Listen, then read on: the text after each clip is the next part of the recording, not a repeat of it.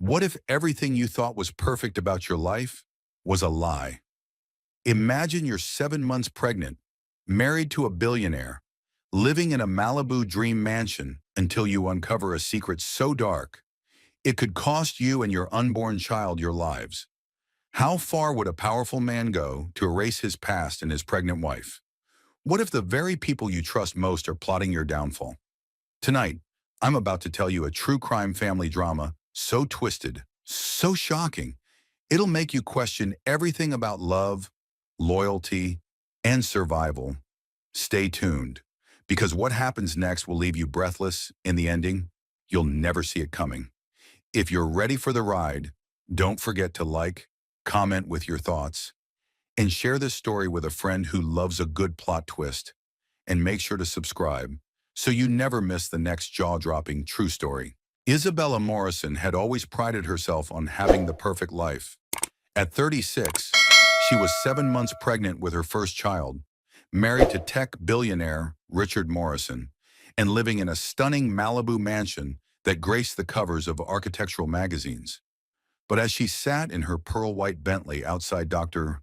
Martinez's office, her hands trembling as she stared at the ultrasound photos scattered across her lap, she realized that perfection was nothing more than a beautifully crafted illusion.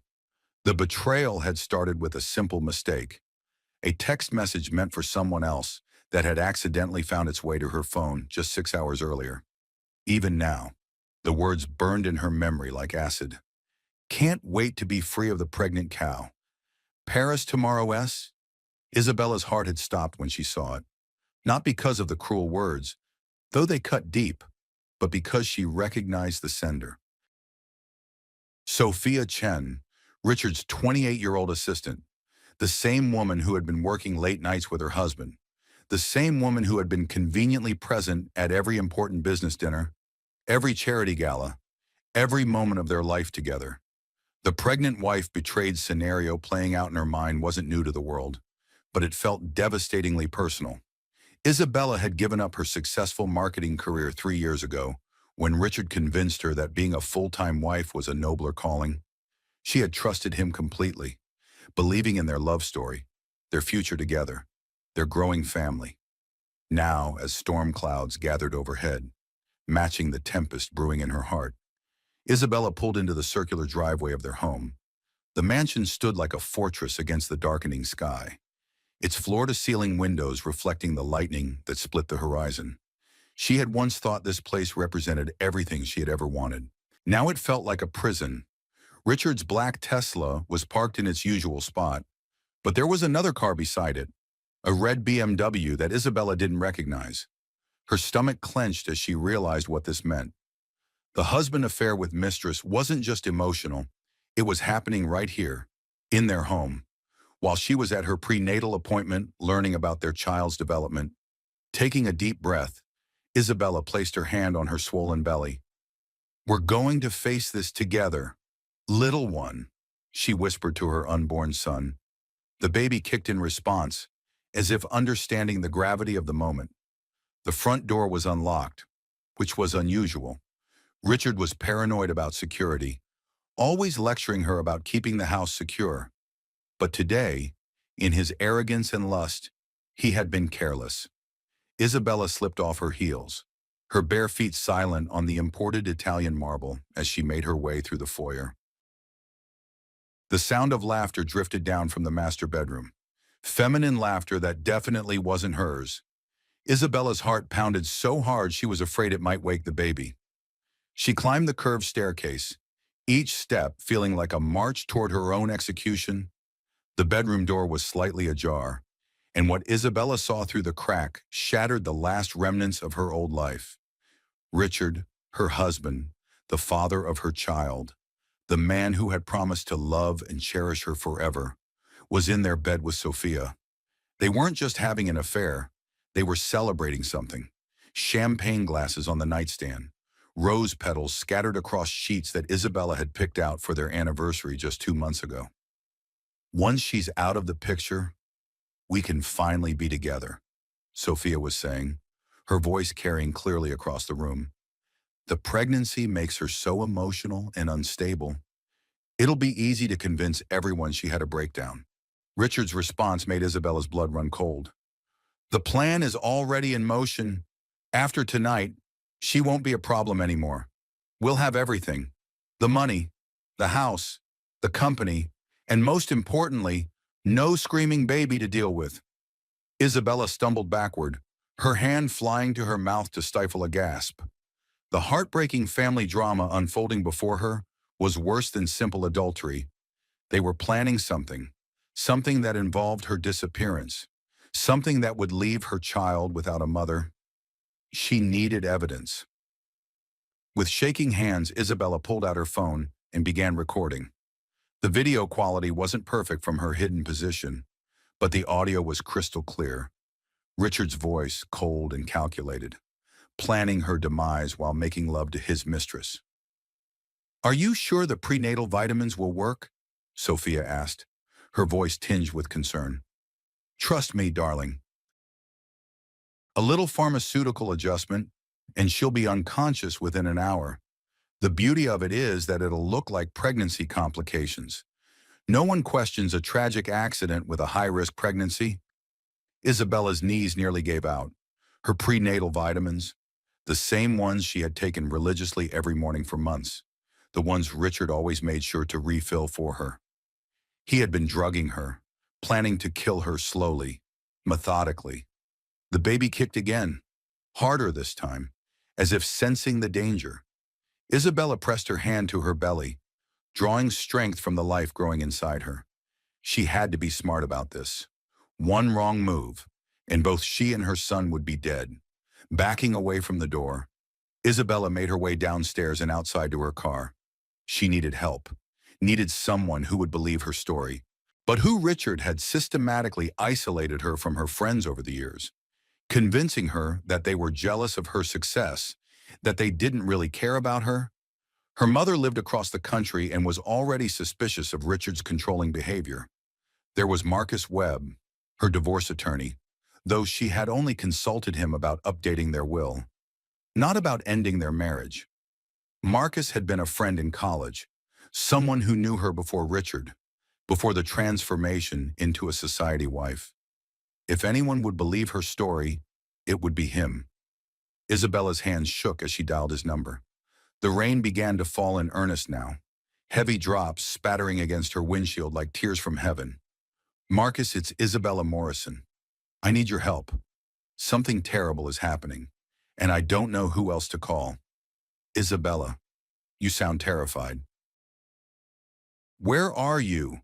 "I'm sitting outside my house, and I just discovered that my husband is planning to kill me. I have evidence, but I don't think I'm safe here anymore." There was a pause on the other end of the line. Marcus had always been direct, practical, never one for dramatics. "I'm on my way. Don't go back inside that house. Do you understand? Drive to the coffee shop on Pacific Coast Highway and wait for me there. If you feel unsafe at any point, call 911 immediately." As Isabella started her car, she caught a glimpse of movement in the master bedroom window. Richard was there, looking down at her with an expression she had never seen before. Cold, calculating, predatory. He raised his hand in what might have looked like a friendly wave to any observer. But Isabella saw it for what it really was, a promise that this wasn't over. The pregnant wife betrayed story had taken a turn towards something much darker than simple infidelity. This was about survival now, about protecting her unborn child from a man who saw them both as obstacles to his perfect life with his younger mistress. As she drove toward town, Isabella's mind raced with possibilities. Richard was right about one thing. Who would believe her? He was a beloved philanthropist, a tech genius who had donated millions to children's charities. She was just a housewife with pregnancy hormones and a history of anxiety that he had carefully documented with their family doctor. But Isabella had one advantage that Richard didn't know about. She wasn't the weak and dependent woman he thought she was. Before their marriage, she had built 2 successful marketing companies from the ground up. She understood strategy, manipulation, and public relations better than almost anyone. If Richard wanted to play games, she would show him what a real game looked like. The coffee shop was nearly empty due to the storm. Just a few customers nursing hot drinks while rain lashed the windows. Isabella ordered decaf tea and found a corner booth where she could watch the entrance. Her phone buzzed with a text from Richard. "Where are you? I'm worried about you driving in this weather." The audacity of his concern would have been laughable if it weren't so terrifying. Isabella didn't respond. Instead, she used the time to upload the video she had recorded to a secure cloud account, making sure it would be preserved even if something happened to her phone. Marcus arrived 20 minutes later, his usually immaculate lawyer appearance disheveled from the rain. He was still the same man she had known in college, tall, dark-haired, with intelligent brown eyes that missed nothing. Seeing him felt like finding a life raft in a stormy sea. "Tell me everything," he said, sliding into the booth across from her. Isabella showed him the video. Watch his expression grow increasingly grave as Richard's voice filled the small space between them. When it was over, Marcus was quiet for a long moment. "This is attempted murder," he said finally. "We need to get you somewhere safe and call the police immediately." "It's not that simple," Isabella replied. "Richard has connections everywhere. The police chief plays golf with him every weekend. The district attorney was at our last dinner party. Even if they believe me initially, his lawyers will tear me apart. They'll claim pregnancy hormones made me delusional, that the video is fake or taken out of context." Marcus nodded grimly. "Then we need more evidence. We need to document everything. The drug vitamins, the financial records, anything that shows premeditation." "There's something else," Isabella said quietly. "I don't think I'm his first victim." Marcus raised an eyebrow. "What do you mean Richard was married twice before me?" "Both wives died in accidents, one in a car crash, another from an apparent suicide. At the time, I thought he was just unlucky in love. Now I'm wondering if luck had nothing to do with it." The implications hung heavy in the air between them. If Isabella was right, Richard Morrison wasn't just an unfaithful husband. He was a serial killer who had perfected the art of murdering his wives and making it look accidental. "We need to be very careful about how we proceed," Marcus said. "If he's done this before and gotten away with it, he's not going to hesitate to escalate if he feels cornered."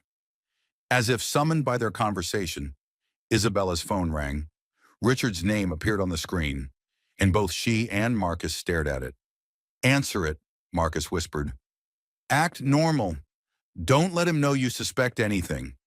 Isabella accepted the call, her voice carefully modulated to sound tired but unsuspicious. "Hiya, honey. Sorry I didn't respond to your text. I stopped for coffee on the way home. I was worried about you driving in this storm. Why don't you stay wherever you are until it passes? I can come pick you up." The offer sounded caring, but Isabella could hear the underlying threat. He wanted to know where she was, wanted to control her movements. "That's sweet of you, but I'm already heading home. I'll be careful."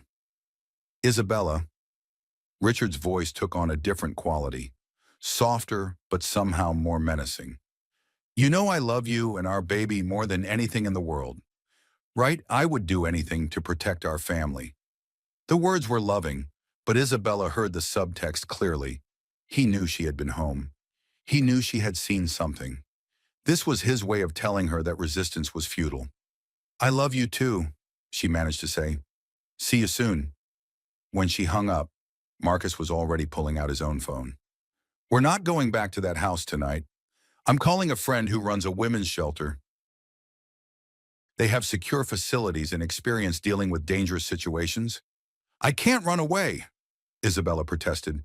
"If I disappear now, it'll look like I'm the unstable one. Richard will spin this whole thing to make himself look like the victim. And if you go back to that house, you and your baby could end up dead." Marcus shot back. "We need time to build a case, to find evidence that will stick. That means keeping you alive long enough to do it." Isabella knew he was right, but the thought of abandoning her home, her life, everything she had worked for, felt like another kind of death. The financial hardship after betrayal would be just the beginning. She would lose everything, her social standing, her security, her identity as Mrs. Richard Morrison. But as the baby kicked again, reminding her of what was truly at stake, Isabella made her choice. Okay, but we do this smart. We make Richard think he's winning while we gather evidence. And when we're ready, we don't just expose him, we destroy him completely. Marcus smiled for the first time since arriving. Now that sounds like the Isabella Morrison I knew in college, the one who never backed down from a fight. As they prepared to leave the coffee shop, Isabella caught sight of her reflection in the rain-streaked window. She looked older than her 36 years, worn down by months of subtle manipulation and control. But there was something else in her eyes now, a spark of determination that had been missing for years. The pregnant wife betrayed was about to become something much more dangerous, a woman with nothing left to lose and everything to fight for. The women's shelter was nothing like Isabella had imagined. Instead of the institutional building she expected, Marcus led her to a Victorian house in Santa Monica that looked like any other family home on the tree-lined street. Only the discreet security cameras and reinforced windows hinted at its true purpose. Dr. Elena Rodriguez met them at the door. She was a woman in her mid-40s with kind eyes and silver-streaked hair pulled back in a practical bun. Her presence was immediately calming, the sort of person who had seen every form of human suffering and still believed in the possibility of healing. Isabella, I'm glad you're safe, Dr. Rodriguez said, leading them into a comfortable living room decorated with soft colors and family photos of women and children who had found refuge here. Marcus has told me a little about your situation. You're not the first woman to discover that the man she married isn't who she thought he was. Isabella sank into an overstuffed armchair, suddenly exhausted. The adrenaline that had carried her through the last few hours was wearing off, leaving behind a bone-deep weariness. I keep thinking this is all a nightmare, that I'll wake up tomorrow and find out I imagined everything. That's a normal response to trauma, Dr. Rodriguez explained. Your mind is trying to protect you from a reality that's too painful to accept all at once. But you're going to need to face this head-on if you want to survive it. Marcus had been quiet since they arrived, but now he pulled out a folder thick with documents.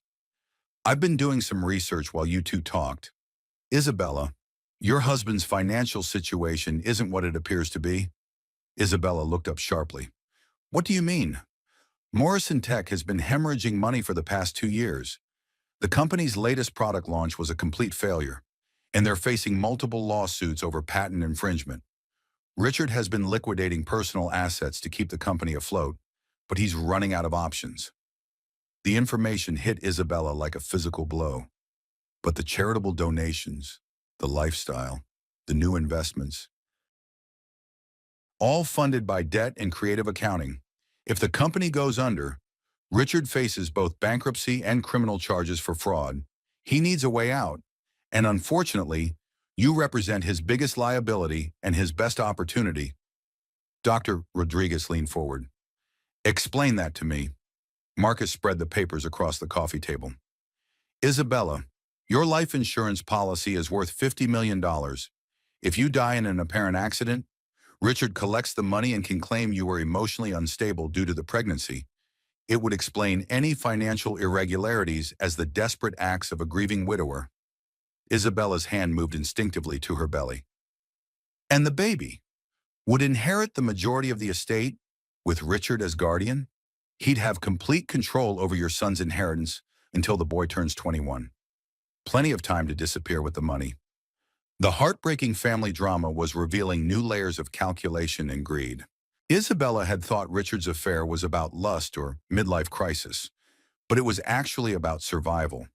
She and her unborn child weren't just inconveniences. They were business problems that needed to be solved. There's more, Marcus continued. I pulled the death certificates for Richard's previous wives. Catherine Morrison died in a single-car accident on a rainy night, very similar to tonight's weather. Sarah Morrison apparently jumped from their apartment balcony after leaving a suicide note about feeling overwhelmed by depression. Both had substantial life insurance policies, Dr. Rodriguez observed. Both died at convenient times when Richard was facing financial pressure. Isabella felt sick. How did no one see the pattern? Because Richard is very good at what he does, Marcus replied. He chooses vulnerable women. Catherine was dealing with her mother's death. Sarah had a history of depression, and you were struggling with infertility issues when you met him. He builds you up, makes you dependent on him, then isolates you from anyone who might notice warning signs. It was true, and Isabella could see the pattern now. Richard had gradually convinced her to quit her job, move away from her support network, even stop seeing her therapist because he could provide all the emotional support she needed. The midlife betrayal story was really a story about a predator who had been grooming his victim for years. Dr. Rodriguez handed Isabella a cup of chamomile tea. The important thing to remember is that recognizing the manipulation is the first step in breaking free from it. You're not stupid or weak for falling into this trap. Richard is a professional manipulator who has refined his technique over multiple victims. But how do we prove it? Isabella asked. Even with the video I recorded, his lawyers will claim it was taken out of context or that I misunderstood what I was hearing. We need to be strategic, Marcus said. Richard thinks he holds all the cards, but he's made mistakes. The first one was underestimating you. The second was leaving evidence. Isabella looked up. What kind of evidence? The prenatal vitamins he's been doctoring. If we can get them tested, we'll have proof of attempted poisoning, but we need to get them from your house without tipping him off. That's impossible. He'll be watching for me to come back. Dr. Rodriguez smiled. Not necessarily. Richard is expecting the frightened, dependent wife he spent years creating. He's not expecting the marketing executive who built companies from nothing. Isabella felt a spark of her old confidence returning. What do you mean? You understand psychology and manipulation better than almost anyone. You've just been the target instead of the practitioner. It's time to turn the tables. Over the next hour, they crafted a plan. Isabella would return home and act the part of the confused, emotional pregnant woman. She would apologize for being dramatic, blame pregnancy hormones for her paranoia, and beg Richard's forgiveness.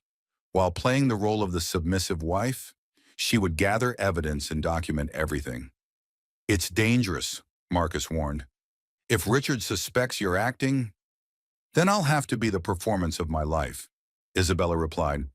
But I know how to read people, how to give them what they want to hear. Richard wants a victim.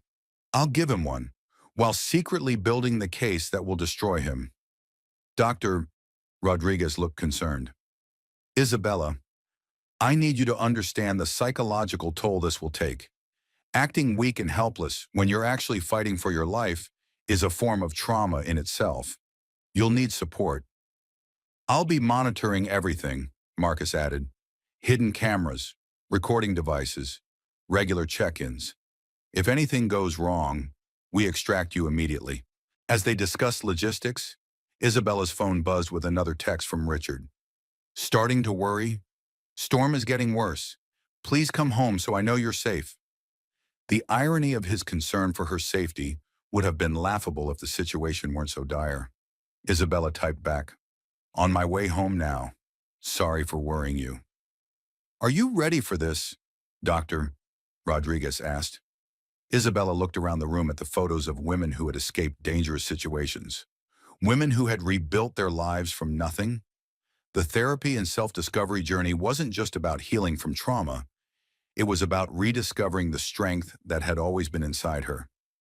3 years ago, I was a successful businesswoman who could negotiate million-dollar deals and build companies from concepts, Isabella said. Richard may have convinced me that woman was gone, but she wasn't. She was just sleeping. As Isabella prepared to return to what might be the most dangerous performance of her life, she felt the baby kick again. This time, instead of fear, she felt determination. She wasn't just fighting for herself anymore. She was fighting for her son's future, and she would use every weapon at her disposal. The pregnant wife betrayed was about to become the predator. The mansion looked different when Isabella pulled into the driveway. Same imposing facade, same perfectly manicured landscaping. But now she could see it for what it really was, a beautiful prison designed to isolate and control. The storm had passed. leaving the air clean and sharp with the scent of rain-washed jasmine. Richard was waiting at the front door before she even parked, his face a mask of concern that she now recognized as carefully crafted manipulation. He was wearing the casual sweater she had bought him for his birthday, the one that made his eyes look warm and trustworthy. Every detail of his appearance was calculated to remind her of their happy moments together. "Thank God you're safe," he said, rushing to help her out of the car. His hands on her arms felt like shackles now instead of loving support. "I was so worried when you didn't come straight home." Isabella forced herself to lean into his embrace, to play the role of the grateful wife.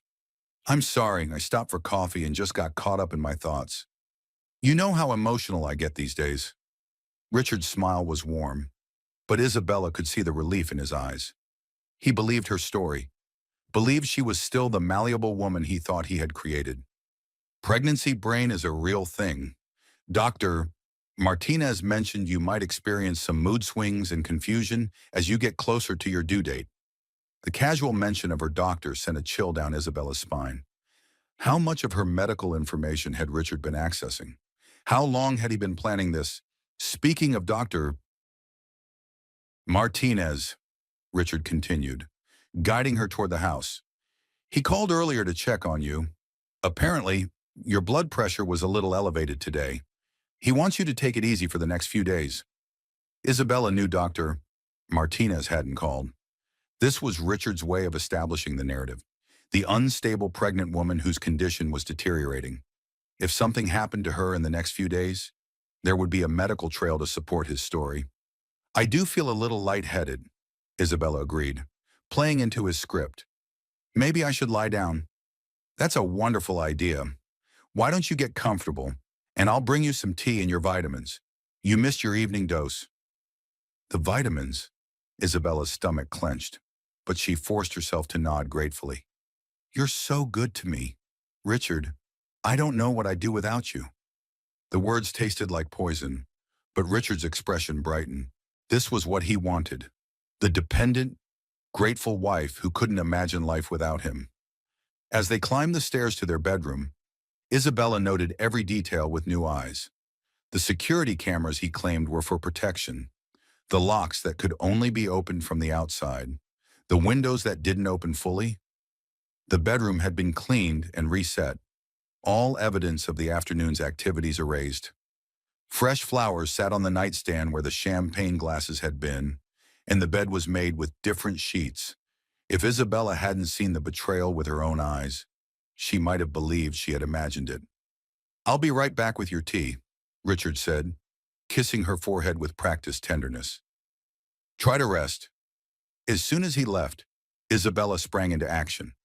The tiny camera Marcus had given her was disguised as a decorative pin, and she quickly attached it to the lamp on her nightstand where it would have a clear view of the room. A second recording device, no bigger than a button, went under the bed frame. Her prenatal vitamins sat in their usual spot in the bathroom medicine cabinet. Isabella carefully opened the bottle and examined the pills. They looked normal, but Richard was too smart to use something obvious. She quickly switched out half the pills with identical-looking vitamins Marcus had provided, leaving enough of the originals for testing. The sound of Richard's footsteps on the stairs sent her scrambling back to bed. By the time he entered with a tea service and her vitamins, Isabella was propped against the pillows looking pale and fragile. "Here we go," Richard said, handing her the pills and a glass of water. "Dr. Martinez said these would help with the blood pressure issues." Isabella's heart pounded as she looked at the pills in her palm. Two innocuous-looking capsules that could be her death sentence. But she had to maintain the performance, had to make Richard believe his plan was working. "Thank you for taking such good care of me," she said, lifting the pills toward her mouth. At the last second, she pretended to fumble, dropping one of the pills on the floor. "Oh no, I'm so clumsy lately." Richard immediately bent to retrieve it, and in that moment of distraction, Isabella palmed both pills and pretended to swallow the water. It was a sleight of hand trick she had learned in college theater, but she had never imagined using it to save her life. "Don't worry about it," Richard said, handing her the dropped pill. "Take this one too, just to be safe." Isabella pretended to swallow the second pill as well, all while maintaining eye contact with her husband. The man who had promised to love and protect her was now trying to murder her with the same gentle smile he used to give her vitamins every morning. "I'm feeling sleepy already," Isabella lied, settling back against the pillows. "The tea is helping." Richard sat on the edge of the bed, his hand resting on her belly. "You and the baby are the most important things in my life. I need you to know that, no matter what happens." The words were chilling in their sincerity. Richard genuinely believed he was solving a problem, that eliminating Isabella was a necessary business decision. In his mind, he wasn't a monster. He was a pragmatist. "I love you too," Isabella whispered, closing her eyes to hide the revulsion she felt. Richard stayed for another few minutes, watching her carefully. Isabella focused on keeping her breathing slow and even, occasionally fluttering her eyelids as if fighting sleep. Finally, apparently satisfied that the drugs were taking effect, Richard kissed her forehead and left the room. Isabella waited until she heard his office door close downstairs before allowing herself to move. Her hands were shaking from adrenaline and fear, but she forced herself to focus. She had maybe an hour before Richard would expect her to be completely unconscious. Working quickly, she planted additional recording devices around the house, in Richard's office, the kitchen, the living room. Marcus had explained that they needed evidence of Richard's normal behavior, his interactions with Sophia, his business calls. One video of him planning her death wasn't enough. They needed to build a comprehensive picture of his criminal enterprise. The hardest part was accessing Richard's computer. His office door was closed but not locked, another sign of his arrogance. Isabella slipped inside and powered up his laptop, grateful that she remembered his password from the early days of their marriage, when he had been less secretive. His email was a treasure trove of incriminating evidence. Messages to offshore banks about transferring funds, communications with insurance companies about policy details, and most damning of all, a thread with Sophia discussing timing and logistics. Phase 1 complete by Thursday. One email read, Phase 2 implementation weekend. France departure Monday. Isabella screenshot everything she could find, sending copies to the encrypted email account Marcus had set up for her. The baby kicked restlessly as she worked, as if sensing the danger they were in. A sound from downstairs made her freeze. Footsteps in the hallway, moving toward the kitchen. Isabella quickly closed the laptop and crept to the office door, listening carefully. Richard was on the phone, his voice low but carrying clearly in the silent house. "Yes, it's working perfectly. She should be completely unconscious within the hour. No, there won't be any pain. I'm not a monster. Sophia." "Of course I've thought this through. The wine cellar will preserve the body until we can stage the accident. Monday morning, they'll find her in the car at the bottom of Mulholland Drive. Tragic accident. Pregnant woman driving erratically due to hormonal imbalance." Isabella's blood ran cold. The wine cellar, the temperature-controlled room in the basement where Richard kept his collection of rare vintages. He was planning to store her body there, like another bottle of expensive wine. The husband affair with mistress had escalated to cold-blooded murder planning, and Isabella was listening to her own death being orchestrated in real time. "The insurance payout will clear all our debts and leave us set for life," Richard continued. "We can start over in France, just like we planned. No screaming babies, no financial pressure, just us and the money to enjoy ourselves." Isabella realized she was crying silently, tears of rage more than fear. This wasn't just about her life. It was about her son's life, about all the future wives Richard would manipulate and destroy if he wasn't stopped. Footsteps moved toward the stairs, and Isabella quickly made her way back to the bedroom. She had just enough time to hide the evidence and arrange herself in bed before Richard's soft knock on the door. "Just checking on you, darling," he whispered, peering around the doorframe. Isabella forced her breathing to remain deep and even, her body limp and unresponsive. Richard approached the bed and lifted her eyelid, checking her pupil response. His touch was clinical now, the loving husband mask completely dropped, apparently satisfied that she was unconscious. Richard made a phone call. She's out. Bring the car around to the service entrance. We'll move her to the wine cellar now and stage the accident tomorrow night after the search teams give up. Isabella's heart hammered so hard she was sure Richard would hear it, but he was already moving away, focused on the logistics of disposing of her body. The pregnant wife betrayed story was about to become a murder story unless Isabella could find a way to turn the tables. But first, she had to survive the next few hours without revealing that she was wide awake and recording everything. As Richard's footsteps faded down the hallway, Isabella allowed herself one moment of pure terror. Then she reached for her phone and sent a single text to Marcus. Emergency. Phase 2, starting now. Wine cellar. Come immediately. The performance of her life was about to become a fight for her life. Isabella lay perfectly still as she heard Richard's footsteps returning, accompanied by heavier boots that could only belong to security personnel. Through barely cracked eyelids, she watched 3 men enter her bedroom. Richard, a burly man she recognized as the head of their security team, and someone she didn't know wearing surgical gloves. Careful with her, Richard instructed as they approached the bed. We can't have any unexplained bruises or injuries.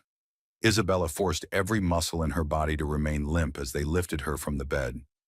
The security guard, whose name she remembered was Thompson, seemed uncomfortable with the situation. Mr. Morrison, are you sure about this? If something goes wrong? Nothing will go wrong, Richard snapped. We've planned every detail. By Monday morning, this will all be over, and we'll be free to start our new lives. They carried her down the service stairs that the household staff used, through the kitchen, and down another flight to the basement. Isabella had only been in the wine cellar a few times. It was Richard's domain, temperature-controlled and humidity-regulated to preserve his collection of rare vintages. Now it would serve as her tomb. The air grew cooler as they descended, and Isabella could smell the earthy scent of aged wine and stone. The wine cellar was larger than most people's living rooms, with floor-to-ceiling racks holding thousands of bottles. At the far end was a temperature-controlled storage unit where Richard kept his most precious wines. Put her in the preservation unit, Richard directed. The temperature will keep the body fresh until we're ready. Isabella's skin crawled at the casual way he referred to her as the body, but she maintained her performance. They laid her on the metal shelf inside the unit, the cold immediately seeping through her clothing. What about the baby? The unknown man asked. He spoke with a slight accent that Isabella couldn't place. Complications during pregnancy, Richard replied smoothly. Very tragic, but it happens. The autopsy will show that the stress of the accident caused premature labor. They were planning to kill her son too. The realization hit Isabella like a physical blow, but she forced herself to remain still. She had to stay alive long enough for Marcus to arrive, had to find a way to turn this trap against Richard. Lock it up, Richard ordered. We'll move her to the car tomorrow night and stage the accident. The preservation unit door closed with a soft hiss, sealing Isabella into darkness. She waited until she heard their footsteps recede before allowing herself to move. The space was cramped, maybe 6 feet by 3 feet, with just enough height for her to sit up partially. Her phone had no signal this deep underground, but she could see that Marcus had read her text. Help was coming, but she had to survive until it arrived. The temperature in the unit was probably around 40 degrees, cold enough to preserve wine, cold enough to kill a pregnant woman if she stayed too long. Isabella began examining her prison, running her hands along the walls looking for any weakness. The unit was well built, designed to maintain perfect conditions for wine storage, but it wasn't designed to hold a human prisoner, and the builders had never imagined someone trying to escape from the inside. Near the floor, Isabella found what she was looking for, an emergency release mechanism that would prevent someone from being accidentally locked inside. The handle was small and hidden, but when she pulled it, the door cracked open slightly. Fresh air flooded in, and Isabella took her first deep breath since being sealed inside. She could hear voices from the main cellar. Richard was still down there with his accomplices, probably making final preparations. Through the crack in the door, Isabella could see them moving around the wine cellar. Richard had pulled out several bottles of expensive wine and was opening them. The unknown man was setting up what looked like camera equipment. "We need to document this properly," Richard was saying. "The video will show Isabella's deteriorating mental state, her threats to hurt herself and the baby. When they find the body, it'll all make sense." Isabella's blood chilled as she realized what they were planning. They were going to film her supposed suicide, creating evidence that would support Richard's story. The heartbreaking family drama would become a story of mental illness and tragedy, with Richard as the grieving widower. But they had made one crucial mistake. They thought she was unconscious. Isabella pulled out her phone and began recording everything she could see and hear through the crack in the door. This wasn't just evidence of attempted murder anymore. It was evidence of an elaborate conspiracy to commit insurance fraud. "The beauty of this plan," Richard continued, clearly enjoying explaining his brilliance, "is that everyone will sympathize with me. The successful businessman whose pregnant wife suffered a tragic breakdown, I'll be able to grieve publicly, start the foundation in her memory, and no one will question how I rebuild my life." "And Sophia," Thompson asked, "will be the supportive friend who helped me through my darkest hour? After a respectable grieving period, we'll announce our relationship. No one will think it's suspicious. Everyone knows how much Isabella struggled with her mental health."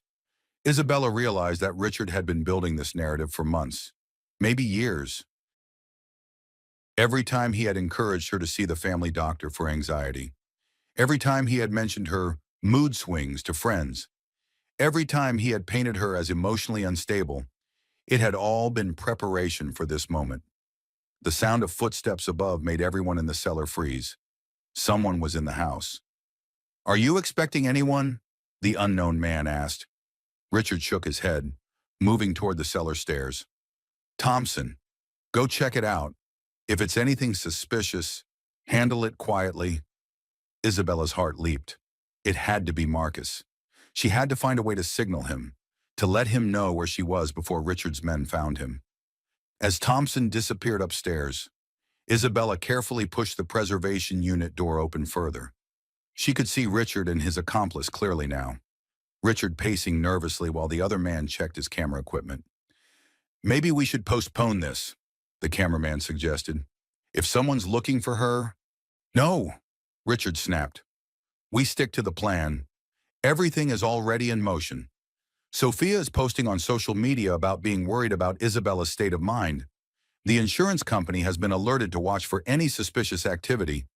We can't back out now." Isabella realized the scope of Richard's planning went far beyond what she had imagined.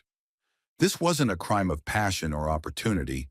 It was a meticulously planned operation involving multiple accomplices and months of preparation. The sound of a struggle upstairs made them all look toward the ceiling. Voices, muffled but urgent, filtered down through the floor. "That's not Thompson," Richard muttered, pulling out his phone. When Thompson didn't answer, Richard's face darkened. "We have a problem. Maybe we should get out of here," the cameraman suggested, "and go where everything we've worked for is tied up in this plan. If we run now, we lose everything." Richard looked toward the preservation unit, where he thought Isabella's unconscious body lay. A calculating expression crossed his face, and Isabella realized he was about to check on her. "Change of plans," Richard announced. "We finish this now." He started toward the preservation unit, and Isabella knew her time was up. She couldn't maintain the unconscious act much longer, and once Richard discovered she was awake, any chance of survival would disappear. The baby kicked hard, as if sensing the danger, and Isabella made a split-second decision. Instead of trying to hide, she burst out of the preservation unit with all the fury of a mother protecting her child. "You want to kill me," she screamed, her voice echoing off the stone walls. "Then look me in the eyes while you do it." Richard stumbled backward, his face a mask of shock and fury. "You're supposed to be unconscious." "Surprise, darling. Your wife is smarter than you thought." The cameraman had stepped back, clearly not prepared for this confrontation, but Richard's expression shifted from shock to cold determination. "It doesn't matter," he said. No one will believe you. You're an unstable pregnant woman who's been having delusions. Maybe, Isabella replied, holding up her phone. But they'll believe this. She pressed play on the video she had been recording, and Richard's voice filled the cellar. The wine cellar will preserve the body until we can stage the accident. For the first time since this nightmare began, Isabella saw real fear in her husband's eyes. The pregnant wife betrayed had just become the hunter. The silence in the wine cellar stretched taut as Richard stared at Isabella's phone, his face cycling through shock, rage, and calculation. The cameraman had moved toward the stairs, clearly wanting to flee, but Richard grabbed his arm. "Don't even think about it," Richard hissed. "We're all in this together now."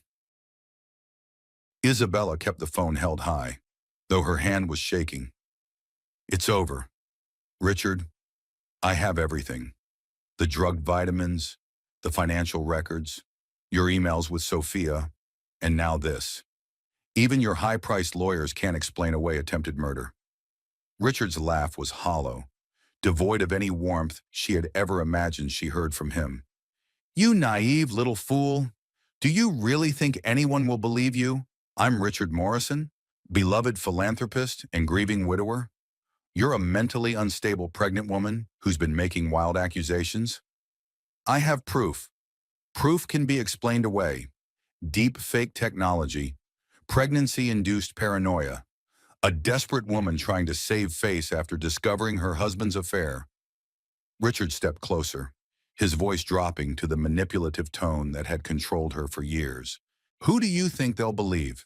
Isabella, the successful businessman with a spotless reputation, or the housewife who abandoned her career and became completely dependent on her husband?" For a moment, doubt crept into Isabella's mind. Richard was right about one thing. He had spent years building the perfect public image while systematically destroying her credibility. But then the baby kicked, reminding her what was at stake. "Maybe you're right," Isabella said quietly. "Maybe no one will believe me, but they'll have to investigate, won't they?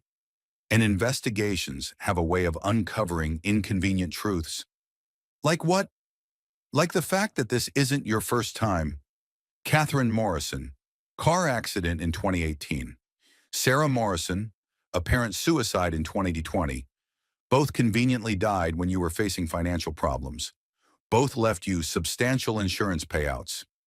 Richard's mask slipped completely, revealing the cold predator underneath. "You've been busy. I learned from the best. You taught me everything I know about research and strategy. Remember back when you thought I was useful to you?"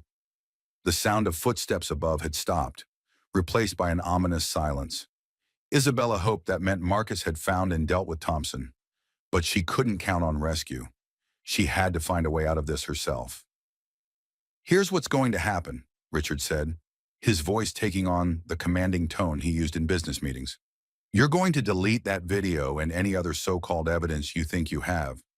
Then you're going to go upstairs and take the real vitamins, the full dose. You'll write a suicide note explaining your depression and fear about becoming a mother. It'll all be very tragic and believable. And if I refuse," Richard nodded to the cameraman, who reluctantly produced a gun, "then you'll have an accident right here, right now. A break-in gone wrong. Perhaps. Either way, you're not leaving this cellar alive." Isabella's mind raced. She was trapped underground with two men willing to kill her. Her phone had no signal to call for help. And even if Marcus was upstairs, he might not know where to find her. But Richard had made one crucial error. He still thought she was the helpless woman he had created. He didn't know about the emergency beacon Marcus had given her, currently broadcasting her location to law enforcement. He didn't know about the evidence already uploaded to secure servers. Most importantly, he didn't know that Isabella Morrison, the marketing executive, had never actually died. She had just been sleeping. "You want a confession?" Isabella asked, appearing to capitulate. "Fine, but I want to understand why. Help me understand how the man I loved could plan to murder his own child." Richard's ego, always his weakness, made him want to explain his brilliance. "It was never personal. Isabella, you have to understand, I had no choice. The company was failing. The creditors were closing in. I needed capital, and insurance was the only viable option. But why me? Why not just divorce me and start over? Divorce would have meant splitting assets I didn't actually have, and you knew too much about the company's finances. You helped build the marketing strategy that covered up our losses. A divorce would have meant scrutiny, questions, audits. So you decided murder was easier. I decided survival was necessary. In 5 years, no one will remember Isabella Morrison, but they'll remember Richard Morrison, the man who overcame tragedy to build a charitable empire in his wife's memory. Isabella realized that Richard genuinely saw himself as the victim in this scenario. In his mind, she and their son were obstacles to his success, problems to be eliminated rather than people to be loved. And Sophia, Isabella asked, buying time while listening for any sound from upstairs. Sophia understands the business world. She knows that sometimes difficult decisions have to be made for the greater good. She'll be a much more suitable partner for this phase of my life. The phase where you're a widower with a tragic backstory and $50 million in insurance money? Exactly, Richard smiled, apparently pleased that she finally understood. You always were good at grasping the bigger picture? Isabella had heard enough, more than enough. She looked at her husband, this stranger wearing Richard's face, and felt something inside her break. Not her spirit, but the last chains of the woman he had tried to make her. You're absolutely right, she said. I do understand the bigger picture. The question is, do you? Before Richard could respond, Isabella threw her phone as hard as she could against the stone wall. It shattered in a shower of plastic and glass, but not before she saw the text notification that appeared on the screen. Police in position. Go signal received. Richard stared at the broken phone in confusion. What did you just do? I activated the emergency beacon, Isabella said calmly. The one that's been broadcasting our location to the FBI for the last 20 minutes. The same FBI agents who are probably arresting Sophia right about now. The color drained from Richard's face. You're lying. Am I? Think about it. Richard, I spent 3 years learning how to be the perfect victim, but I spent 12 years before that learning how to be a strategic thinker. Did you really believe I would come back here without a plan? The sound of footsteps on the cellar stairs made everyone freeze. But these weren't the careful footsteps of Thompson returning. These were the heavy, purposeful steps of multiple people moving fast. FBI, everyone on the ground. Now! Richard's face twisted with rage as he realized he had been outplayed. You think this is over? I'll destroy you in court. I'll make sure everyone knows what kind of woman you really are. Isabella smiled for the first time in months, and it wasn't the careful, pleasing smile she had perfected as Richard's wife. It was the confident, fierce smile of a woman who had just saved her own life. Go ahead and try, she said as FBI agents flooded into the cellar. But remember, I learned manipulation and public relations from you. And unlike you, I'm not planning to murder anyone to get what I want. As they handcuffed Richard, he looked at her with something approaching respect. Who are you?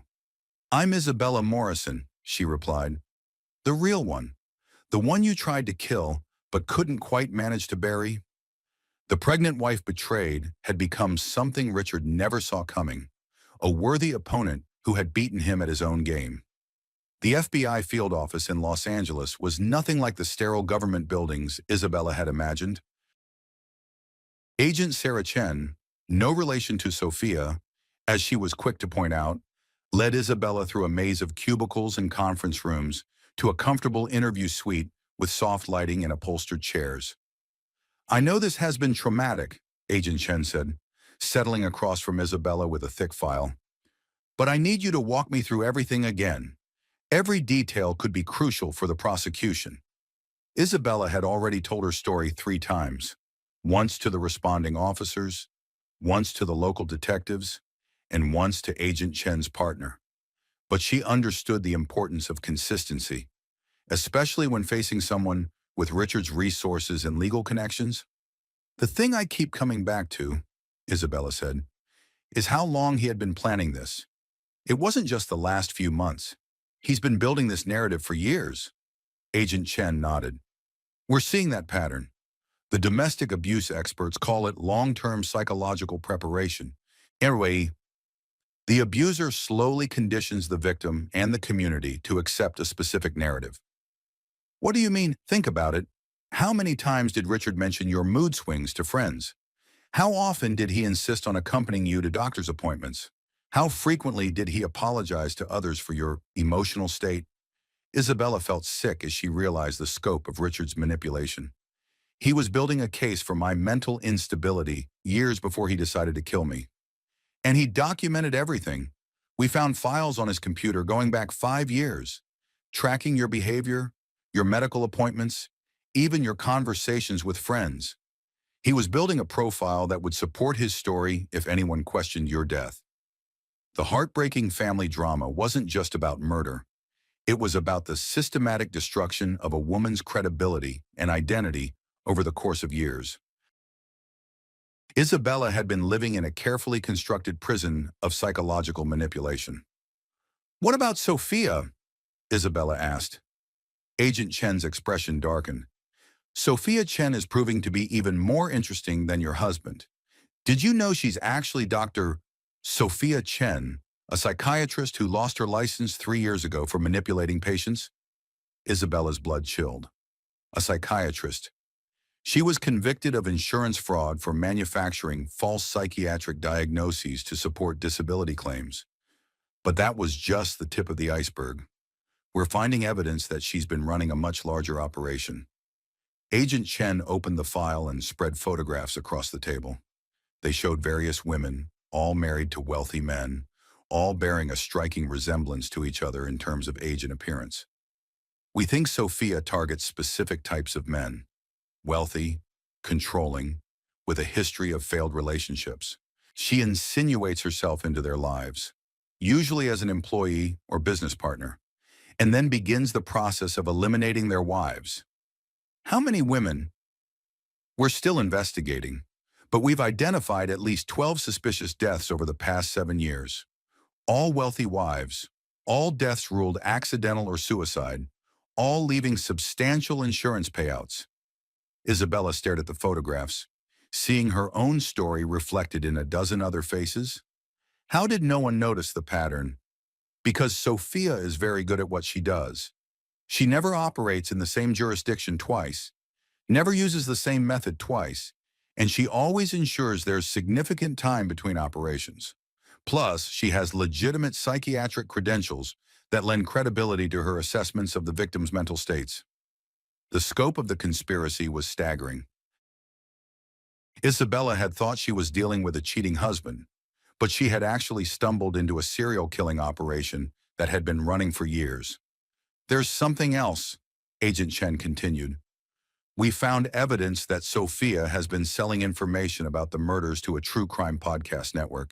She's been profiting 3 times from each victim: the insurance money, the liquidated assets, and the media rights.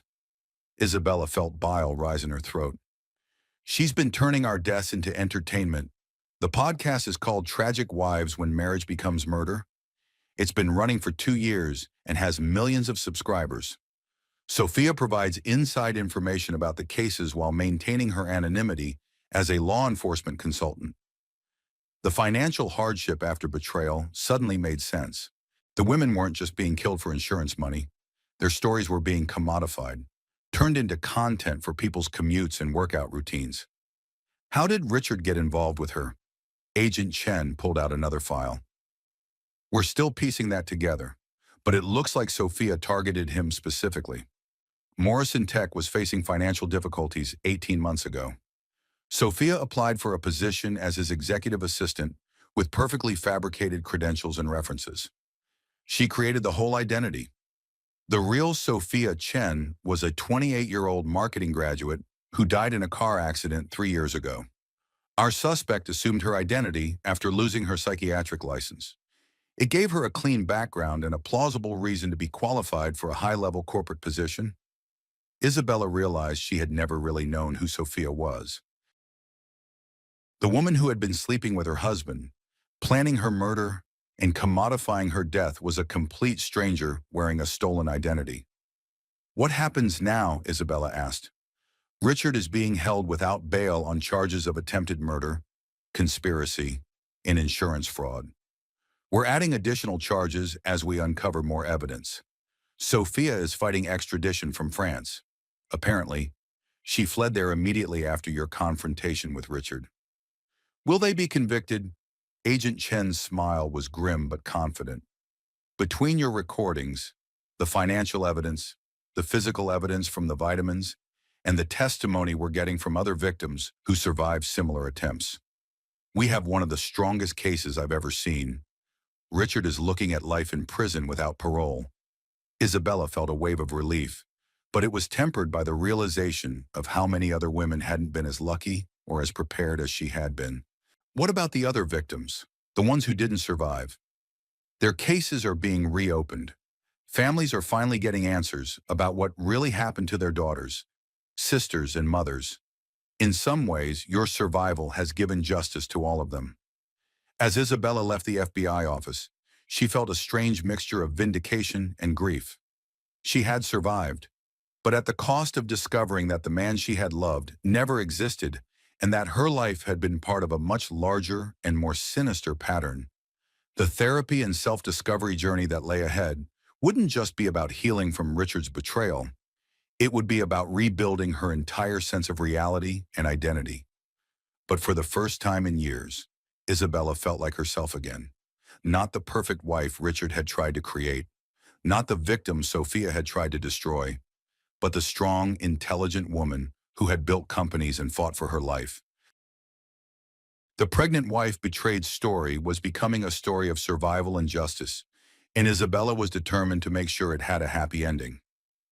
3 months later, Isabella sat in Dr. Elena Rodriguez's office, no longer as a victim seeking shelter, but as a woman beginning to reclaim her life. The baby, now born and healthy despite the trauma, slept peacefully in his carrier beside her chair. She had named him Gabriel, meaning God's strength, a reminder of the power that had seen them both through their darkest hour. How are you feeling about the media attention? Dr. Rodriguez asked. Isabella considered the question carefully. The story of the pregnant wife betrayed had indeed become a sensation, but not in the way Richard and Sophia had planned. Instead of being remembered as a tragic victim, Isabella had become a symbol of female empowerment and survival. It's overwhelming sometimes, Isabella admitted, but I think it's important that people understand what psychological abuse looks like. Too many women are living in situations like mine without recognizing the danger. The therapy and self-discovery journey had revealed layers of manipulation that Isabella was still processing. Richard hadn't just tried to kill her. He had spent years systematically destroying her sense of self-worth and independence. You mentioned in our last session that you're considering writing a book about your experience? Isabella nodded. Marcus thinks it could help other women, and the FBI said it might encourage more victims to come forward. Apparently, Sophia's operation was even larger than they initially thought. The investigation had uncovered a network of conspirators spanning multiple states and countries. Sophia had been recruiting men with financial problems and teaching them how to eliminate their wives for insurance money. The True Crime Podcast had been just the tip of the iceberg. She had been running what amounted to a murder-for-hire service disguised as relationship counseling. How do you feel about revisiting those memories for a book? Terrifying and necessary, Isabella replied honestly. For 3 years, I lost myself completely. I became someone I didn't recognize, weak, dependent, afraid of my own shadow. If sharing my story can help even one woman recognize those warning signs, Dr. Rodriguez smiled. The woman sitting in front of me isn't weak. She never was. You survived a systematic campaign designed to destroy you, and you found a way to fight back. That takes incredible strength. Isabella looked down at Gabriel, who had inherited her dark hair and what she hoped would be her determination. I keep thinking about all the things Richard told me I couldn't do.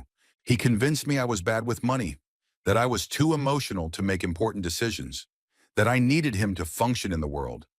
And now I'm managing my own finances, making my own choices, and raising my son as a single mother. Turns out I'm pretty capable when I'm not being psychologically undermined every day. The financial recovery had been easier than expected.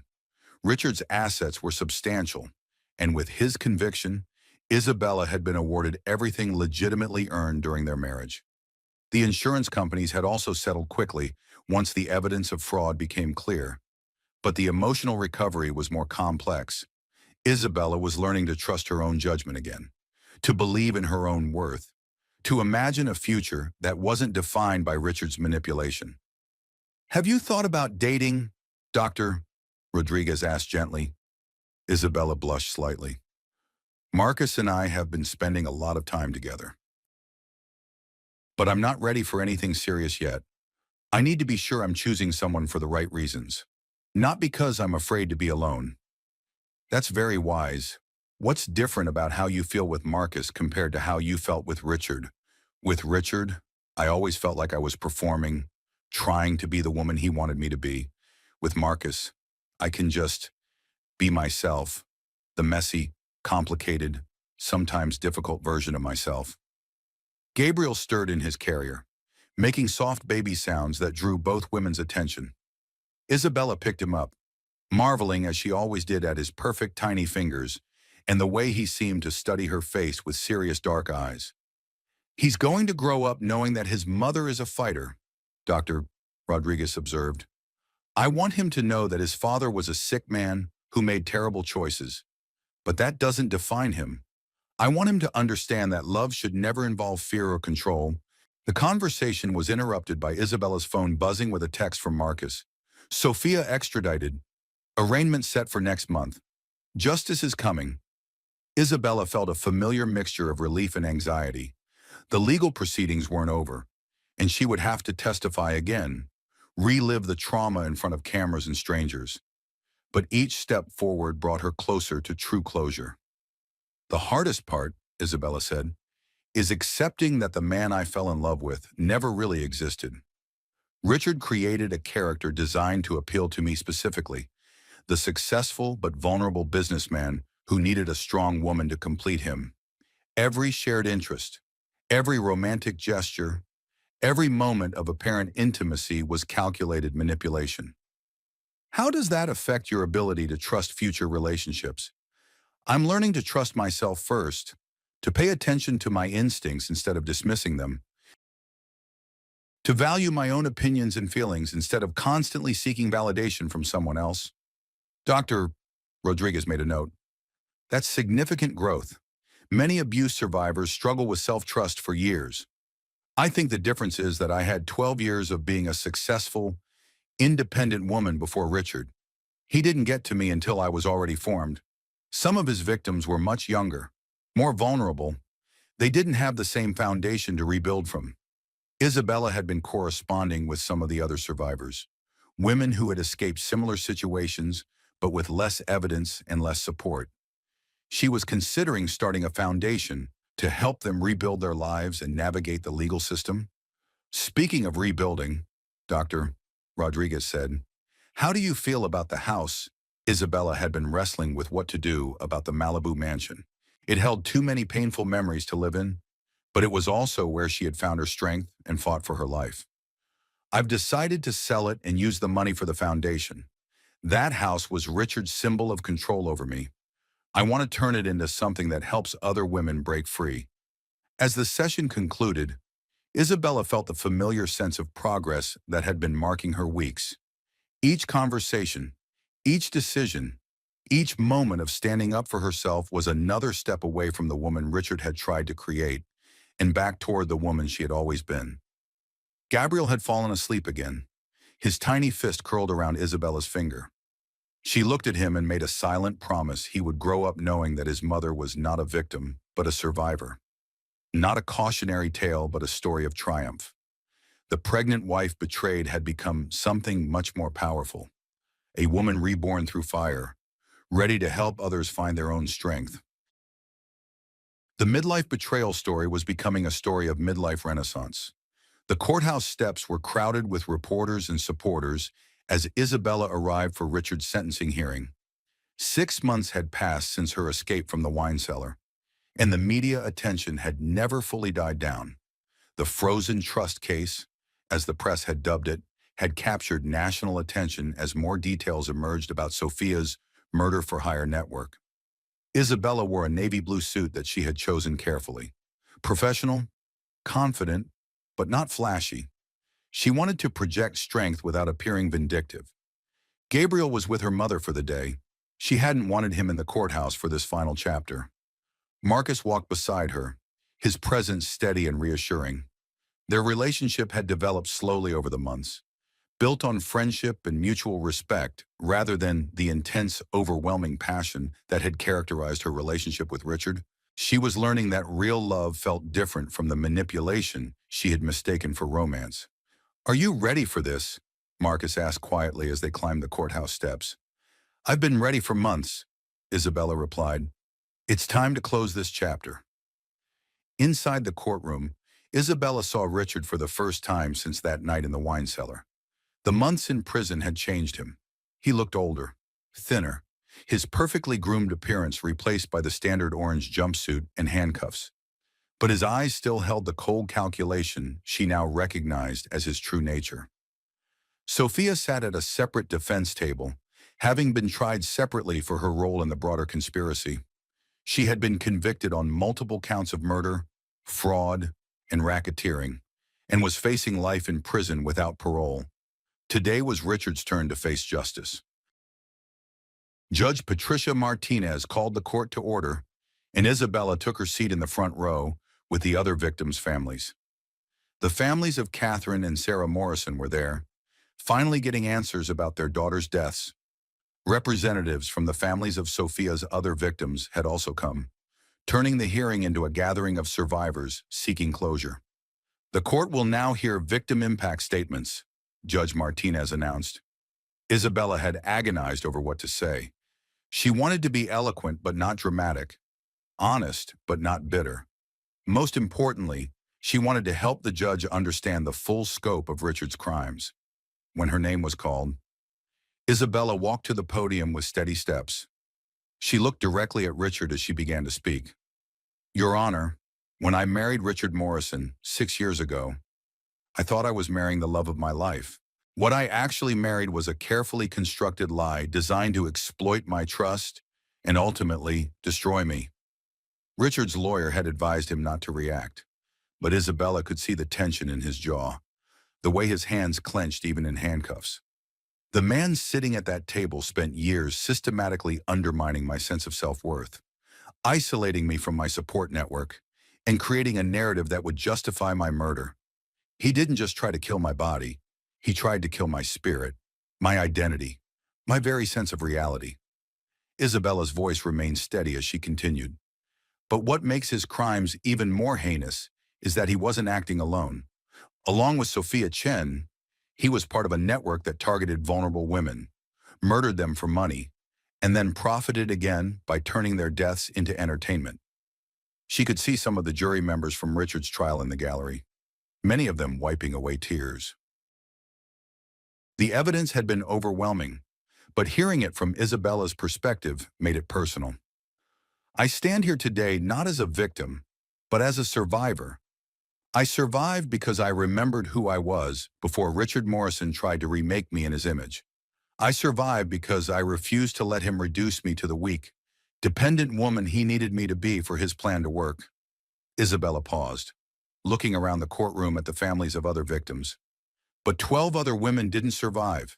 They died believing they were unloved, unstable, worthless. They died never knowing that their husband's rejection wasn't a reflection of their value, but a calculated step in a murder plot.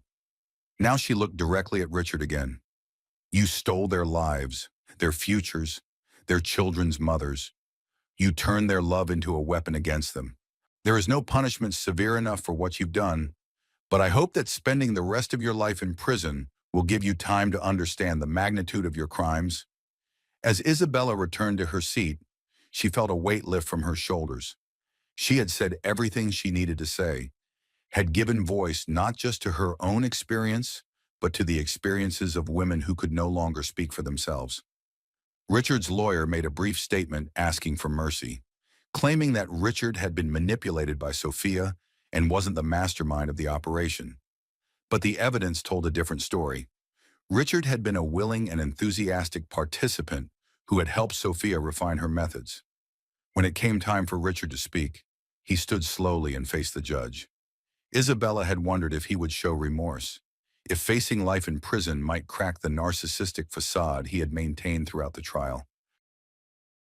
"Your Honor," Richard began, his voice steady and controlled, "I want to acknowledge the pain my actions have caused. I lost my way, made terrible decisions, and hurt people I cared about." It was a carefully worded statement that acknowledged wrongdoing without accepting full responsibility. Even now, facing life in prison, Richard was trying to manipulate the narrative. "I ask for the court's mercy, not for myself, but for my son. Gabriel deserves to have the possibility of knowing his father someday." Isabella felt a surge of anger. Even in his supposed apology, Richard was trying to use Gabriel as leverage, to create a narrative where he was the wronged father, rather than the man who had tried to murder his child before birth. Judge Martinez looked unimpressed. "Mr. Morrison, you have been convicted of attempted murder in the first degree, conspiracy to commit murder, insurance fraud, and racketeering. The evidence showed a pattern of calculated cruelty that spanned multiple years and multiple victims." She paused, looking directly at Richard.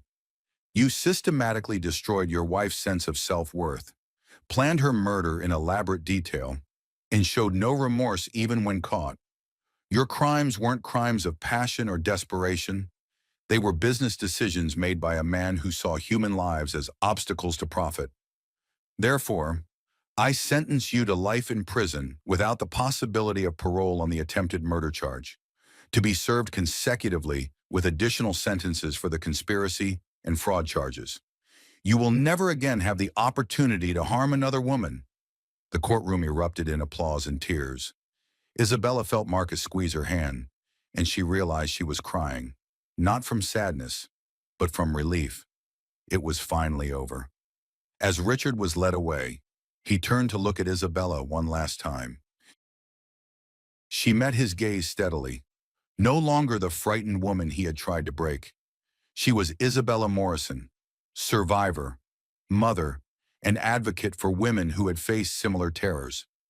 Outside the courthouse, reporters clamored for statements, but Isabella had only a few words to share. "Justice has been served today, not just for me, but for all the women who didn't survive to see their killers brought to trial. Richard Morrison will never hurt another woman, and that's what matters most." As she walked away from the courthouse with Marcus, Isabella felt truly free for the first time in years. The legal proceedings were over. The truth had been told, and Richard would spend the rest of his life paying for his crimes. The pregnant wife betrayed story had reached its conclusion, with justice served and truth revealed. Now Isabella could focus on the future, raising Gabriel, helping other survivors, and building a life based on her own choices rather than someone else's manipulation. The heartbreaking family drama had become a story of triumph over evil, proof that even the most carefully laid plans couldn't destroy a woman who refused to surrender her truth.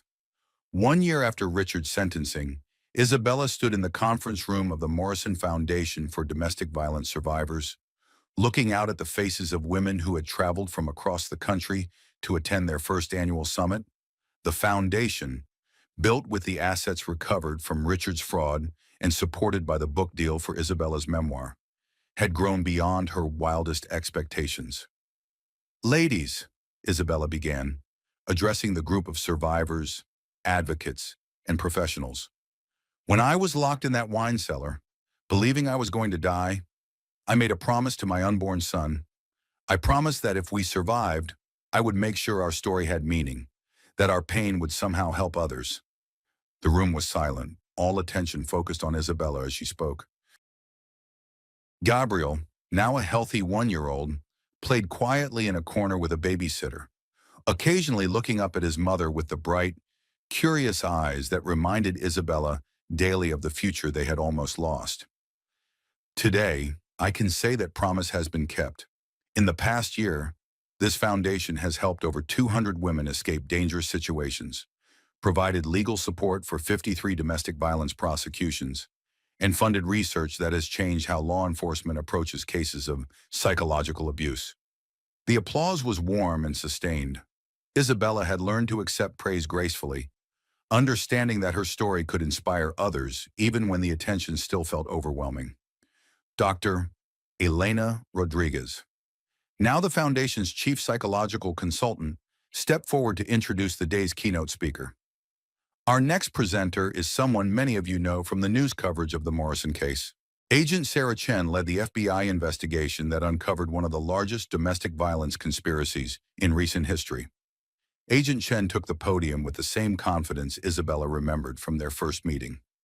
Thanks to Isabella's courage in coming forward and the evidence she gathered, we've been able to connect Sophia's network to over 30 suspicious deaths spanning 7 years and multiple countries. The scope of the conspiracy still took Isabella's breath away. What had started as a personal betrayal had revealed a systematic operation that had destroyed dozens of families. But the most important outcome, Agent Chen continued, has been the changes in how law enforcement approaches these cases. The Morrison Foundation has developed protocols that help officers recognize patterns of long-term psychological manipulation and has trained prosecutors in 17 states on how to build cases around financial coercion. Isabella felt a surge of pride. The female empowerment that had driven her survival was now helping protect other women before they found themselves in life-threatening situations. After the formal presentations, Isabella mingled with the attendees, hearing stories that ranged from heartbreaking to inspiring. A young woman from Texas told her how Isabella's book had helped her recognize her boyfriend's controlling behavior before it escalated. An older woman from Florida shared how the Foundation's legal support had helped her win custody of her grandchildren after her daughter's suspicious death. Mrs. Morrison. A soft voice interrupted Isabella's conversation with a group of advocates. Isabella turned to see a teenager, maybe 17 or 18, with nervous eyes and an uncertain smile. I'm Emily Patterson. My mom was one of Sophia's victims.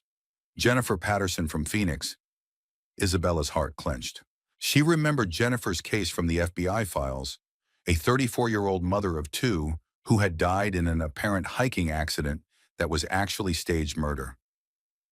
Emily, Isabella said gently, I'm so sorry for your loss. Your mother was a beautiful woman. I wanted to thank you, Emily continued, her voice growing stronger. Before your case broke everything open, the police said Mom's death was an accident. They said she was careless, that she shouldn't have been hiking alone. We knew something was wrong, but no one would listen to us. Isabella could see the pain in Emily's eyes, but also something else, determination. Now we have answers. Now we know Mom didn't die because she was stupid or reckless. She died because evil people targeted her, and because of what you did, they're never going to hurt anyone else. Isabella found herself crying as she hugged this brave young woman who had lost her mother to the same monster that had tried to destroy her own family. Your mother would be so proud of you for being here today, Isabella whispered. I'm starting college next year, Emily said. Criminal justice major. I want to do what you're doing. Help other families get justice. As the day wound down, Isabella found herself alone in the conference room with Marcus, who had become both her partner in life and her closest collaborator in the Foundation's work. Tired, he asked, wrapping his arms around her from behind. Good tired, Isabella replied, leaning back against his chest.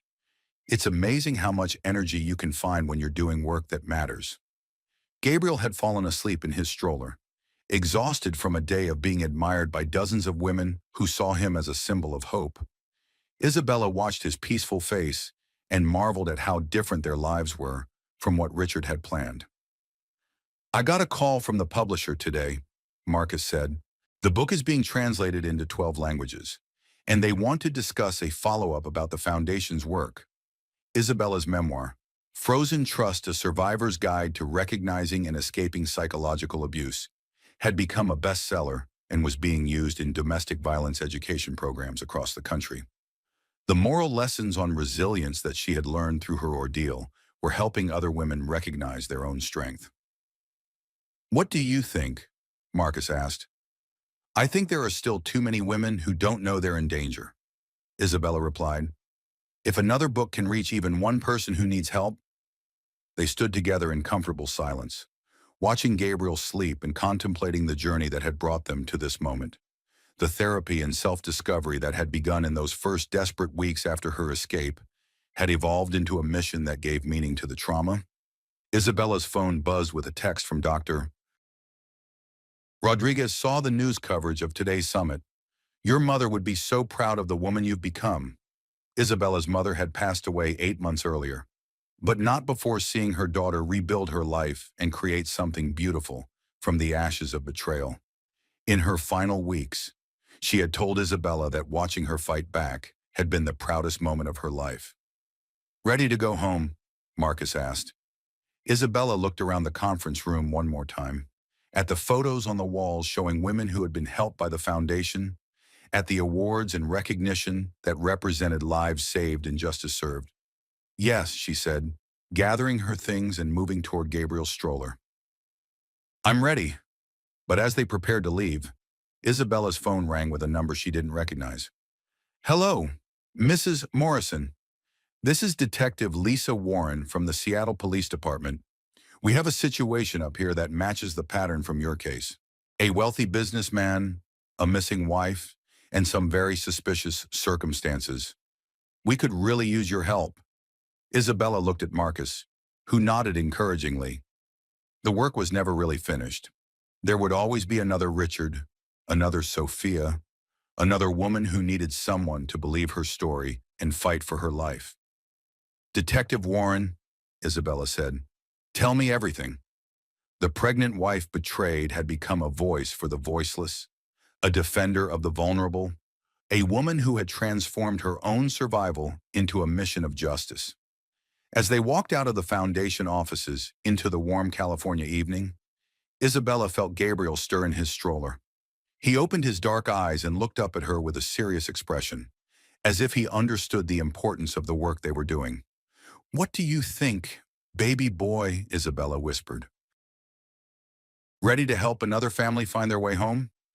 Gabriel smiled, his first real smile that wasn't just gas or reflexes, and Isabella took it as a yes. The heartbreaking family drama had become a story of healing, hope, and the unbreakable bond between a mother and child who had survived the worst and chosen to use their experience to protect others. The midlife betrayal story had become a midlife mission story, proving that sometimes the most beautiful flowers grow from the darkest soil. 5 years after that terrifying night in the wine cellar, Isabella Morrison walked across the stage at UCLA to receive an honorary doctorate in criminology. Gabriel, now a bright and inquisitive 6-year-old, watched from the audience with Marcus, who had become his adoptive father in all the ways that mattered. Dr. Morrison's work in developing new protocols for identifying and prosecuting cases of psychological domestic abuse has fundamentally changed how our justice system protects vulnerable individuals, the dean announced as Isabella accepted her hood.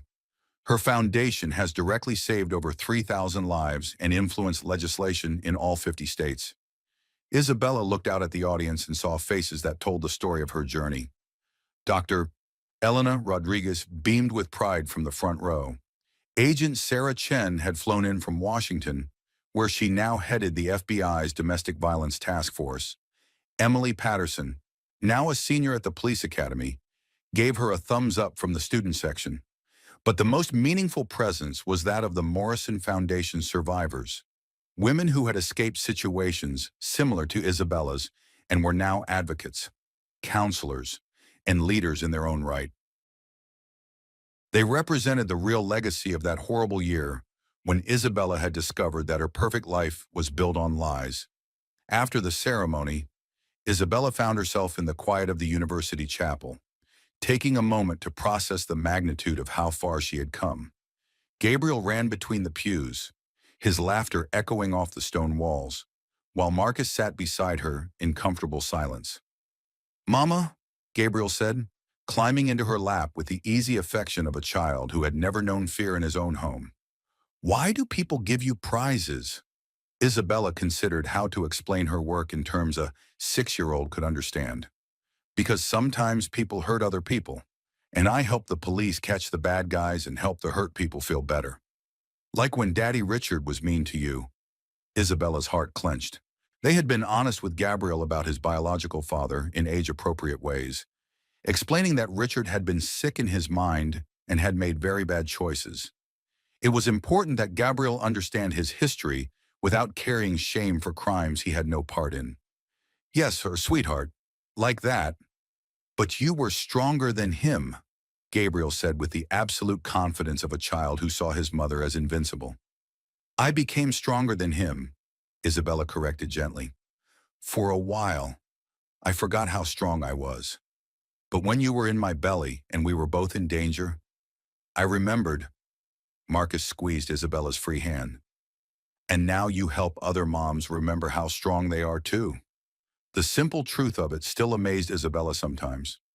The pregnant wife betrayed had become a nationally recognized expert on domestic abuse, a best-selling author, and the founder of one of the most effective victim advocacy organizations in the country. But more than that, she had become herself again, the confident, capable woman who had built companies and solved problems, who trusted her own judgment and refused to be diminished by anyone else's need for control. "Mrs. I mean, Dr. Morrison." A young woman approached hesitantly, holding a copy of Isabella's latest book. Isabella smiled and stood to greet her. Over the years, she had learned to recognize the particular nervousness of someone gathering courage to share their story. "Please, call me Isabella. What's your name?" "Amanda. Amanda Chen. I know that's confusing because of, you know, the other Sophia Chen, but I'm not related to her at all." Isabella had heard this clarification many times over the years. The name Chen was common enough that several completely innocent women had felt the need to distance themselves from the convicted serial killer. "Of course not. Amanda, how can I help you? I think, I think my sister might be in trouble. Her husband is really controlling, and she's been pulling away from the family. Some of the things you wrote about in your book, they sound familiar." Isabella felt the familiar surge of protective instinct that had driven her work for the past 5 years. "Tell me more." As Amanda shared her concerns, Isabella found herself mentally cataloging warning signs and intervention strategies. This was what her life looked like now. Constant vigilance for women who might be trapped in situations they couldn't see clearly from the inside. After giving Amanda contact information for local resources and her own direct line, Isabella returned to Marcus and Gabriel, who had found a book about architecture and were discussing the differences between various styles of columns. "Another one?" Marcus asked quietly. "Her sister, classic isolation patterns, financial control, emotional manipulation disguised as protection." Marcus nodded grimly.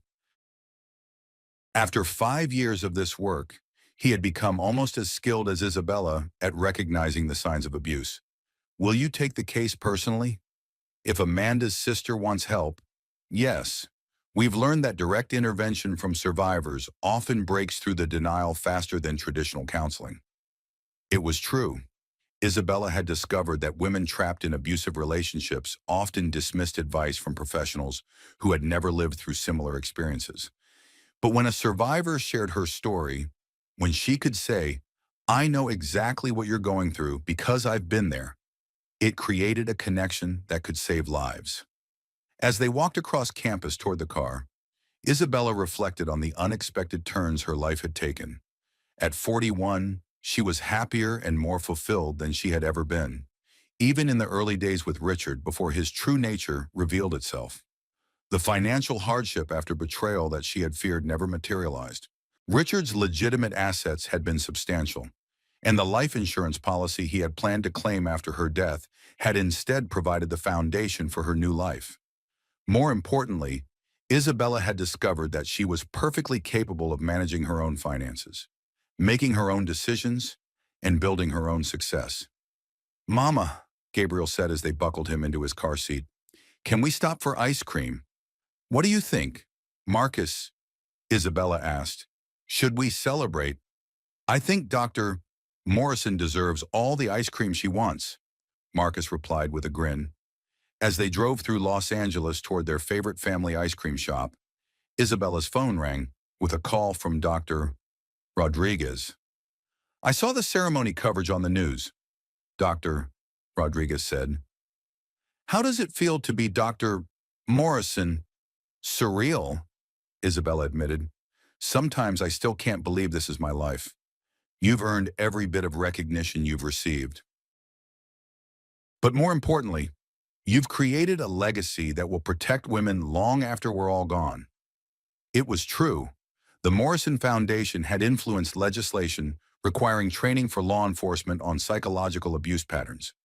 Isabella's protocols were being used in police departments across the country. Her books were required reading in social work and criminal justice programs. But the real legacy, Isabella knew, was in the individual lives that had been saved. Women who had recognized warning signs because of her story, who had found the courage to leave because they knew they weren't alone, who had survived because someone finally believed them. "There's something else I wanted to tell you," Dr. Rodriguez continued. "I got a call today from a researcher at Harvard. They want to study the Morrison Foundation model for potential expansion internationally. Apparently, the problem of organized domestic abuse networks is more widespread than anyone realized."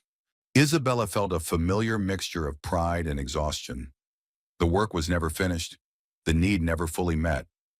But she had learned to find satisfaction in the progress rather than despair at the enormity of the problem. "Send me the details," Isabella said.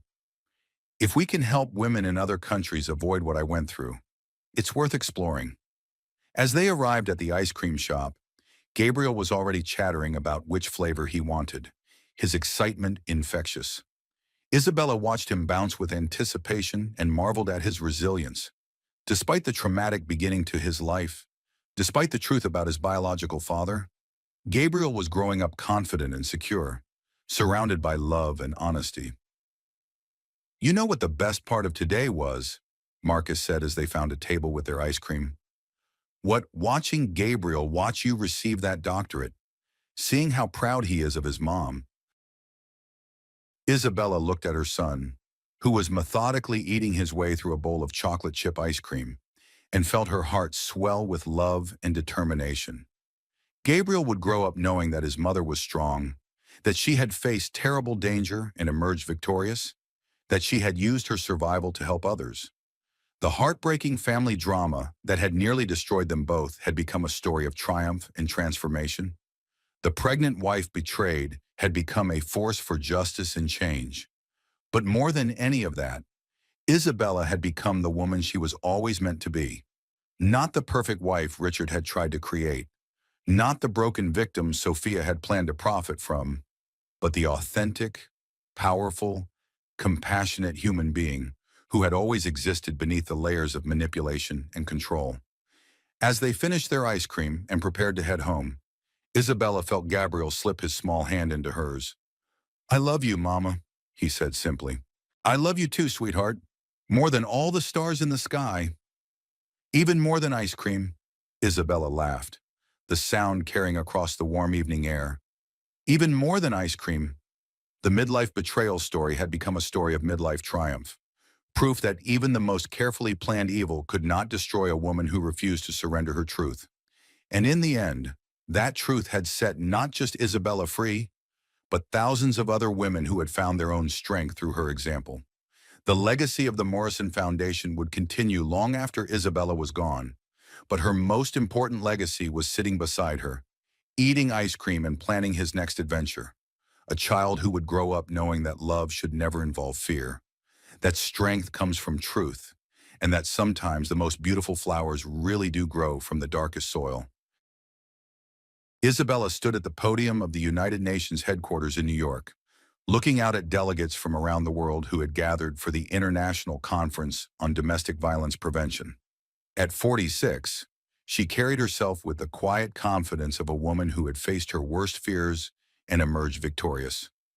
10 years ago, she began, I was a pregnant woman locked in a wine cellar, believing I was about to die. Today, I stand before you as living proof that survival is possible, that justice can be achieved, and that one woman's story can change the world. Gabriel, now 16, watched from the gallery with Marcus. He had grown into a thoughtful teenager who volunteered at the foundation and planned to study international law. The scared pregnant woman who had fought for both their lives could never have imagined the confident young man her son had become. The Morrison Protocol, now implemented in 43 countries, has identified and prevented over 15,000 cases of domestic violence. Isabella continued, but numbers don't tell the whole story. Behind each prevented case is a woman who will live to see her children grow up, a family that will remain intact, a community that will be safer. The statistics were staggering, but Isabella never lost sight of the individual stories.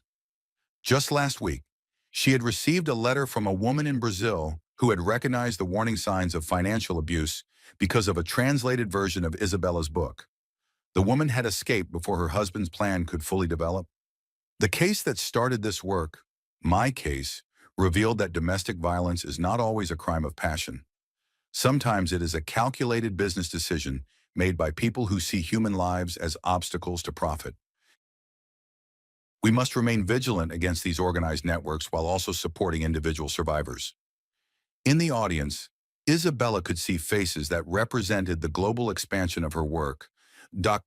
Rodriguez, now in her 60s, had become an internationally recognized expert on trauma recovery. Agent Chen had helped establish similar task forces in 12 countries. Emily Patterson, now Detective Patterson, ran training programs for law enforcement across North America. But the most meaningful faces belonged to the survivors, women who had escaped situations similar to Isabella's and were now advocates in their own right. They represented every continent, every economic background, every race and religion. Domestic abuse knew no boundaries, but neither did the strength to overcome it. After her speech, Isabella found herself in a quiet corner of the UN building. Taking a moment to process the magnitude of the day, her phone buzzed with a message from an unknown number. Dr. Morrison, you don't know me, but my daughter is in trouble. I think her husband is planning to hurt her. Can you help us? Isabella smiled despite the gravity of the message. After 10 years and the request for help had never stopped coming, and she had never stopped responding. Each cry for help was another chance to prevent the tragedy that had almost befallen her own family. Always, she typed back, already mentally composing a list of resources and next steps. As she rejoined Marcus and Gabriel for the reception, Isabella reflected on the journey that had brought her here. The pregnant wife betrayed had become an internationally recognized advocate for justice. The heartbreaking family drama had become a story of hope and transformation that inspired people around the world. But perhaps most importantly, Isabella had learned that survival was not the end of the story. It was the beginning. The real triumph wasn't in escaping Richard's trap, but in using that escape to build something beautiful, something that would protect other women long after Isabella's own story was finished. Ready to go home? Marcus asked, wrapping his arm around her waist.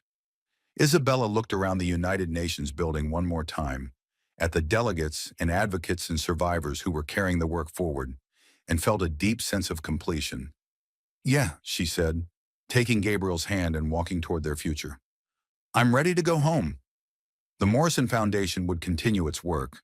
The protocols would save more lives, and the story of one woman's refusal to surrender would echo through generations of survivors yet to come. But for tonight, Isabella Morrison, survivor, advocate, mother, and living proof that love should never involve fear, was simply going home with her family, grateful for every day she had been given and determined to use each one to make the world a little bit safer for women everywhere. The pregnant wife betrayed story had become, ultimately, a story about the unbreakable power of the human spirit and the extraordinary things that could grow from the ashes of betrayal.